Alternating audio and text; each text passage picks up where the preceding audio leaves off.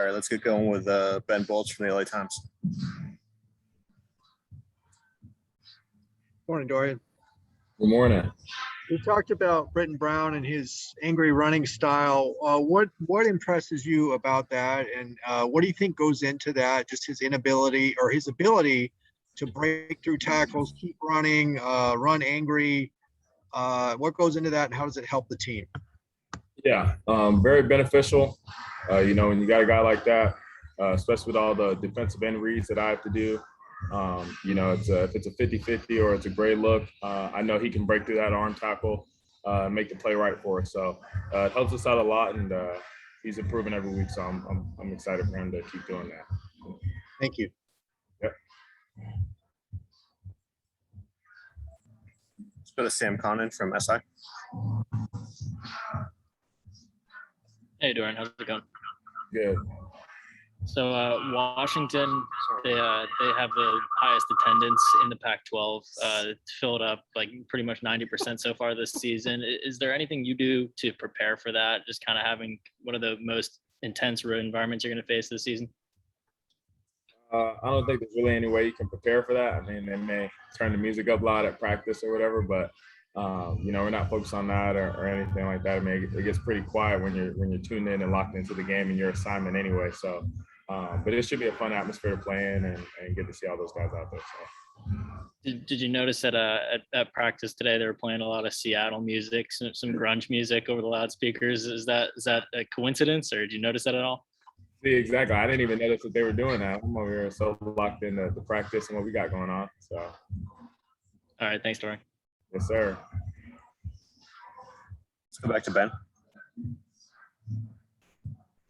You're good friends with Colson Yankoff and Ethan Garber's transfers from Washington, and it's well known that they tried to block their immediate eligibility at UCLA. Have you guys talked about that? Has that been a talking point about, maybe a little bit of a revenge game here against the Huskies?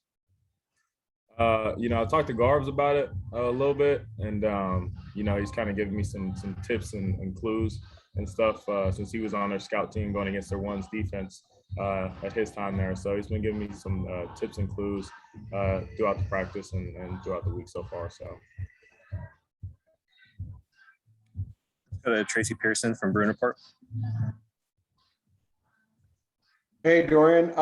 There's about a 60% chance of rain on Saturday. Do you prepare differently? Do you hose down the balls before you throw them? What do you do in practice? And in your experience, does the game plan, when the coaches foresee that you could be playing in rainy conditions like that? It's Monday, so I wouldn't say yes or no to that answer or to that question, but I'm sure we'll have something planned for it. But as far as I know, we're going to practice and train the way we always do and keep the game plan the same and execute and move on from there. So. It seems like you really thrive when you're able to run the ball. Do you feel like you're really locked in the passing game too when you get in a rhythm running the ball also? Again, yes and no. I think just finding the rhythm comes with starting early and starting fast and being locked into your assignment. From the quarterbacks to the receivers to the tight ends, and the same thing with the run scheme. I think just everybody being locked into their blocking assignments is definitely. I'd say they both help each other, but I don't think one can concede with the other and really help out the other like that, as you may think. So. Okay, thanks. Yep. Let's go to Rick Kimbrell from Bruin Blitz. Dorian, last game against Arizona, you went up against, at that time, #1 pass defense in the Pac-12. They are now #2, and Washington, your upcoming opponent, is now #1. Do they do some similar things in the defensive backfield that makes it kind of tough to find windows? I wouldn't say they make it tough. I'd say they're very disciplined in what they do. and play very sound defense. And so when you play very sound, it's very hard to just take big shots and big X plays. They're going to make you take whatever they give you. And so just making sure you're disciplined throughout the whole game and not getting complacent. The best way to attack them going into this week. How important against a good pass defense is it to get that running game going? And when it goes, does it make it easier for you as a quarterback? Yes, sir, most definitely. We need a run game every week. And, of course, the run sets up the pass with all the play action and stuff that we do. And so, I think the run game is going to be vital this week as it is every week. So, Well, rain or shine, good luck to you on Saturday. yes, sir. Appreciate it. Tracy, did you have another one? I didn't, sorry. Should have taken my hand out. All right. Any other questions here for Dorian? Okay, we'll wrap it up. Thanks for your time, Dorian. Thank you, guys.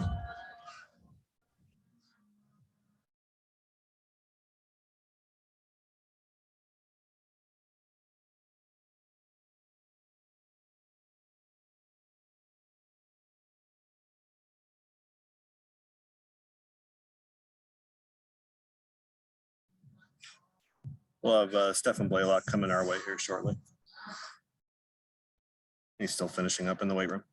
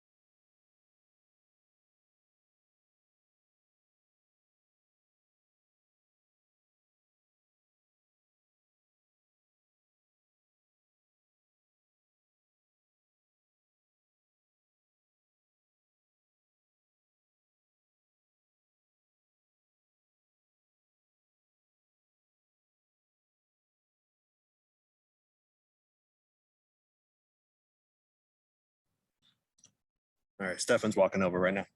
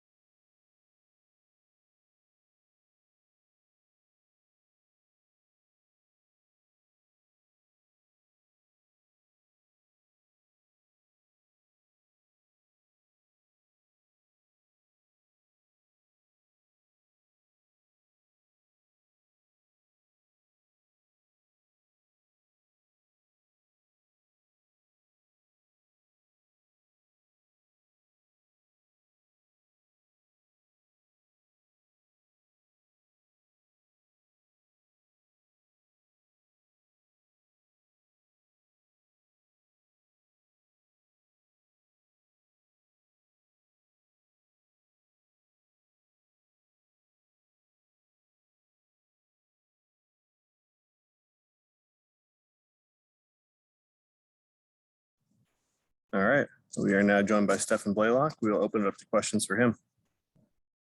Stephan, you're muted right now. We'll start with Ben Bulge from the LA Times. Stephan, how are you doing? Good, and you? Good. Hey, we always talk to the offensive guys about Britton Brown, but I wanted to ask a defensive player, what's it like to see him in practice? And are you happy you don't have to go live and bring him down, try to bring him down because he's such a load and you know, they say runs angry. What's it like to see him out there in practice? Practice is the same thing you get in the game. Runs hard, finish through tackles, tries to run through the end zone, and just a great player and a great teammate. Always showing the lineman love, supporting him, and he is just an overall great player. So what you see on the field is what you see in practice. And then about last Saturday's game, it looked like maybe you guys were dropping back into cover. Some of the linebackers dropping back into coverage, not maybe putting as much pressure on. Was that in front of you guys a little bit more and play that way? Yeah, coach wanted to change it up, and we just play what the coach gives us. Like how that worked out? Yes, only gave up 16 points, forced 2 turnovers, and then left with the dub. Thank you. Let's go to Sam Connon from SI. Go. Hey, Stephan, how's it going? Hey, good, and you? Good, thanks. So that fourth down stop that you guys made, they'd kind of been marching. You guys had mostly been holding him to field goals. How big was that when you came in, kind of finished that off at the end? Real big, because I want to say the previous third down play, I could have made that same play and did it. So when the opportunity presented itself again, I knew I had to take it. Nice. And then when you go to finish plays like that, when you're not the first or second guy to the ball, how important is that gang tackling in the short yardage situations, and how much pride do you take in that specifically? Big emphasis on running to the ball. So running in practice to the ball will lead to run to the ball in the game. So as we do that, we just continue to make plays. All right, thanks. Let's go to Tony Siracusa from Last Word. Hey, Stephan, so let's talk about running to the ball, because we know the story about having to do up downs at practice for guys who don't swarm to the ball on Saturday. Yeah. So were you doing any up downs today? No. Yeah, thankfully none of us had to do any up downs. I want to say we probably had one loaf, but it was a quick day, so we just got into the drills today. So no up downs for anybody. Yeah, not today. All right, man. Thanks. Mm. All right, other questions here for Stephan? Yep, Tracy Pearson, Bruin Report. Hey, Stephan, overall, do you feel that you're pretty satisfied with the secondary's performance this season and pass coverage? I want to say never satisfied, because there's always room for improvement. Even after this past game, we were on each other. Just when we get into the man coverages, play tighter, and then even in the zone coverages, just drop into our right zones, and it's just improving every day, every week. So, I mean, as the week goes on, we get better and better. But I just want to say again, never satisfied. It seemed like in this game, the Arizona game, they were going tempo a bit and getting the snap off pretty quickly and catching you guys a couple of times, maybe unprepared or not aligned correctly. Is that something that you think your defense is susceptible to when an offense goes tempo, and how do you improve that? Just having to play ready. If they continue to do that, I want to say that's the first time somebody has run tempo like that against us this year. We faced Arizona State and a few other teams that had a good tempo against us, but nothing like Arizona. So I'm glad we got it early in the season before we could prepare for it against later teams. Okay, thanks.